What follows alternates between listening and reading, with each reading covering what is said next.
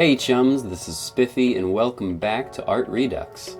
So last episode I mentioned that I was gonna try speeding this up, so this episode, instead of being 4 times speed, it's 6 times speed.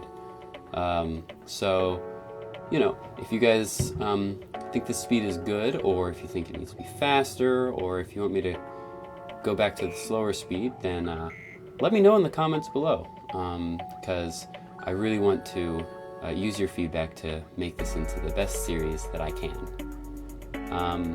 Now, of course, you know, I want this series to have a very chill, you know, relaxing atmosphere to it. I would like for this to be a series where you can watch it intently, or you can just put it on in the background, or whatever, and just kind of have something a little more low energy. So consider this the guinea pig for the whole Art Redux series. This is gonna end up determining the model that I'm gonna follow moving forward. And another thing that I'm wanting to sort of think about is the commentary itself, because, you know, if I'm taking this art slowly, I suppose there's not as much that I can say about what I'm doing. Or maybe there is, I don't know. Maybe I should be going into more detail about like each individual thing that I'm doing. But I don't know, I think more likely it may be good to make each video sort of, I guess, topical. As in, like, about a specific topic that is perhaps unrelated to the art that is being made. Something that I would plan beforehand and then talk about during the episode, like almost video essay style. And also, in fact, you know, another thing that I've been thinking of is what if instead of just doing like this, breaking the creation into parts, I put it all in one video, like a speed paint, but I also break down, sort of like I was talking before about the path that led to the creation of this particular art piece. What if I did almost like a feature on an old drawing of mine and talked about it in more detail, but kept it to one video? These are all just some thoughts that I'm throwing around. You know, I could make this more of a video essay and have the art sort of fall into the background a bit more. I could forget about the whole step-by-step process, compress the whole thing into one speed paint type video, but take some time to talk about the art piece in a little more detail, from both the work that went into remaking it to the thought process that led to its creation in the first place.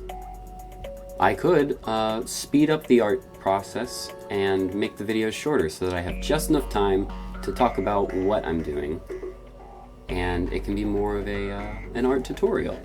Or I could just kind of keep rambling, stream of consciousness style, if that's what you guys like. But, you know, it depends on what you guys like. And, I mean, there are 234 subscribers, which, by the way, is awesome. But, you know, of those 234, maybe some of you will watch this video, and of those of you who watch this video, maybe some of you will care about what happens to Art Redux in the future, and of those of you who care about what happens, some of you may actually say something in the comments, and you are the people I'm talking to. Say something in the comments, let me know. I'm not trying to get comments for any sort of YouTube algorithm type thing. I want feedback. I want to know what I can do to make this a great series, because I mean, I could make this in so many different ways and enjoy them all thoroughly, but I want to make something that other people can enjoy as well. Oh, and with that shift in music, it sounds like it's time for us to shift away from talking meta, and time for an unrelated anecdote. Why not a story from my teenage years? A story of my old love life. Now, I'm a happily married man now, but once upon a time I was in 10th grade and I had no significant other, and also no interest in having one. Now, I've only been asked out 2 times in my life. Once in middle school, and once when I was in the 10th grade. This is the story of that second time. Now, back in the 10th grade, I was in an African American history class that was a combination of both 10th graders and 11th graders. Now, there was an 11th grade girl in that class, and we were fairly good friends. We would chat a lot, we sat near one another, and there came time for a group assignment, and we were all to separate into our groups and then go into different rooms to discuss the project. So she ended up on my team along with another dude, and that was when she made her move. When we were off in this room, she turned to me and paused and then said, would you like to go to the junior prom with me? Now, 10th grade me was not the best person. I was very cordial to people. I was a nice guy. I was rarely spiteful, but I was self-centered, proud, and apathetic to other people's feelings. But such is the natural tendency of people with Asperger's. So things such as the other girl's feelings, the guts it probably took to ask a person out, and even the possibility of a romantic relationship were not at all what went through my head at that time. No, at that time, all that went through my head was 3 objective facts.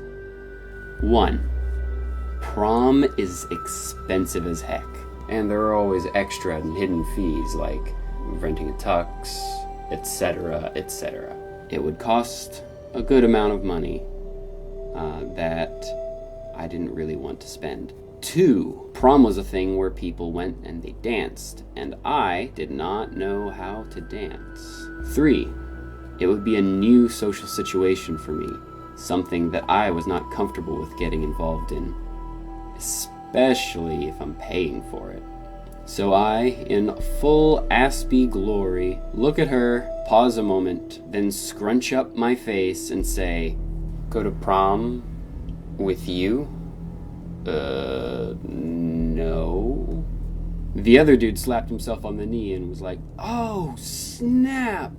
And the girl was taken aback, and, well, quite frankly, I don't remember how the rest of that exchange went. But later that day, after school, I was talking with my parents, being like, oh yeah, someone asked me out to prom. And they're like, what did you say? And I'm like, I said no. And they're like, how did you say it? So basically, they explained to me how that was the worst way I could have responded to that, and how I needed to apologize to her. So next time I saw her, in class, we were in groups studying our textbooks. Although, let's pause for a moment to take a look at where we are with the art piece. Because check this out. Haha! Done with the lighting. The bulk of the work is out of the way, and now we're going to take this and we're going to add the colors. Alright, so back to the story. So we were in class, and we were in like a group of 6 people, and in front of all those people, I turned to her and I'm like, hey, sorry about turning you down for prom. It wasn't a personal thing, it was just a practicality thing. I don't like to dance, and it seemed like it would be expensive. So everyone turns towards her. She gets this glazed over look on her face, and she's like, well, you're too short anyway. And I didn't think of it much at the time, but I don't think we talked much after that day. So embarrassing. Oh gosh, I mean, this story makes me out to be such a terrible person, and I mean, quite frankly, I guess, regardless of whether it's matter of personality, morality, or just social skills. You know, the fact was, I didn't think about another person, and this is one of those moments that I'll regularly think back on and visibly cringe. Because, like, she was a nice person, and she was attractive, and, like, I don't think I would have had any problems dating her. It's just, like, none of that occurred to me. All that occurred to me was just my own personal convenience, and whether or not I felt like going to this event, and I probably destroyed a friendship. It wasn't until later that year that I had a major turning point in my life, where I wanted to start caring about people, like, legitimately. It was weird, but that's a story for another time.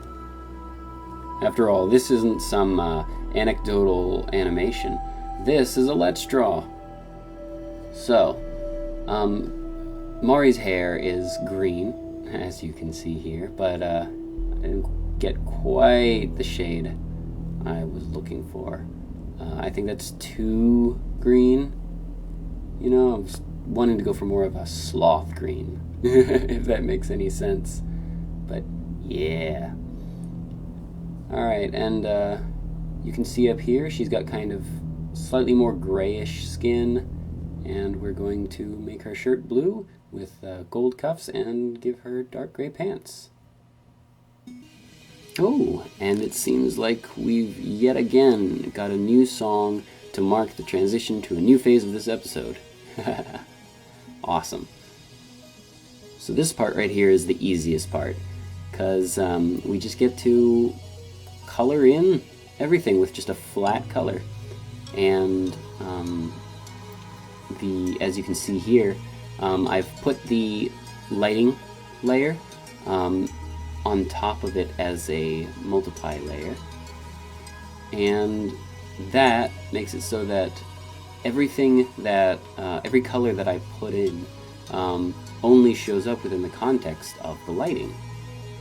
Basically, if the lighting were black, aka no lighting, then the colors would be black, and if the lighting were white, then they would be their purest version of the color that I'm placing down.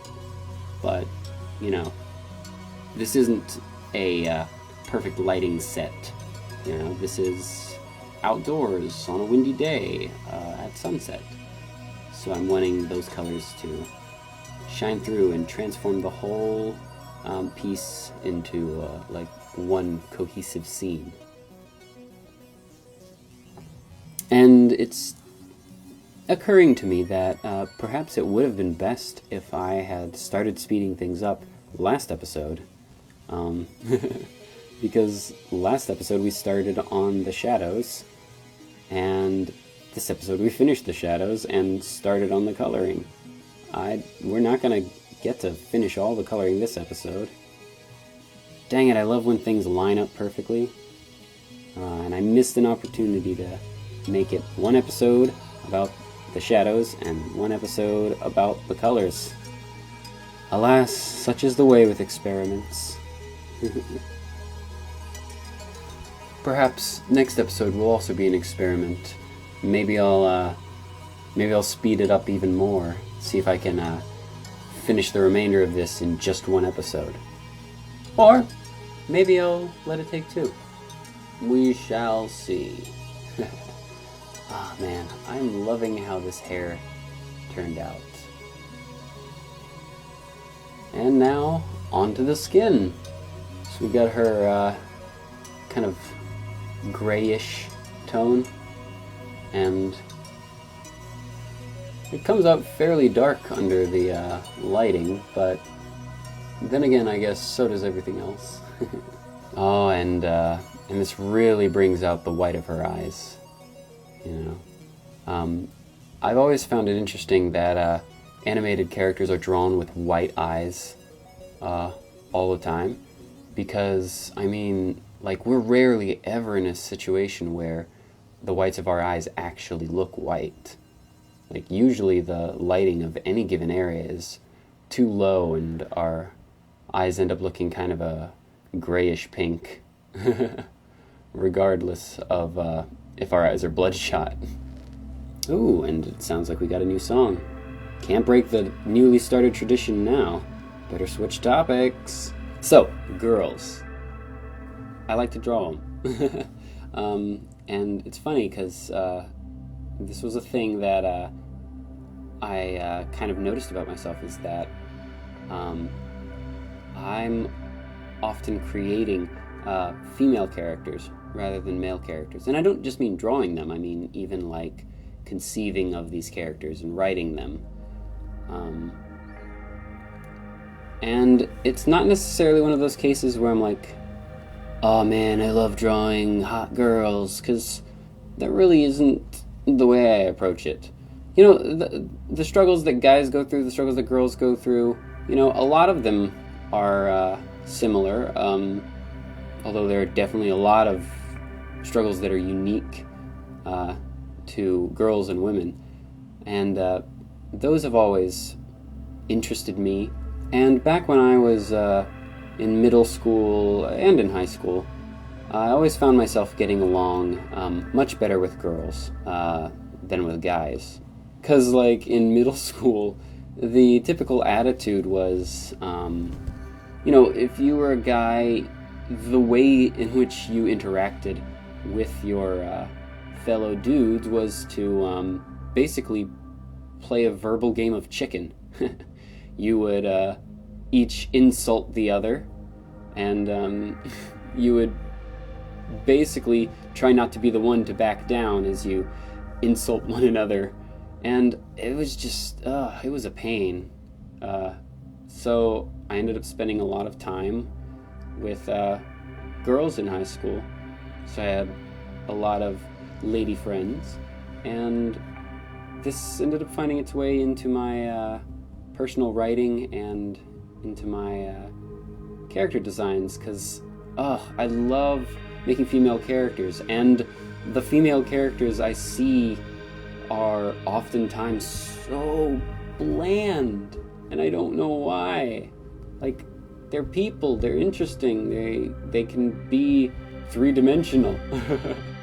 But it was funny because this was never a conscious effort of mine. I never wanted to be like, oh, I've got to, you know, make sure that there's more representation of good female characters. It was just, I look back on my sketchbooks and in my writings, and I love making female characters, like Mauri here. And it looks like we are approaching the end of the episode. So, once again, this is Spiffy, and I will catch you next time. Bye! If you like the music in this video, it was made by TeknoAXE, like the first episode. If you haven't checked them out, click here to go and check them out. And if you want to see more of my stuff, click on the thingies to go to some more of my videos. Thanks, and God bless.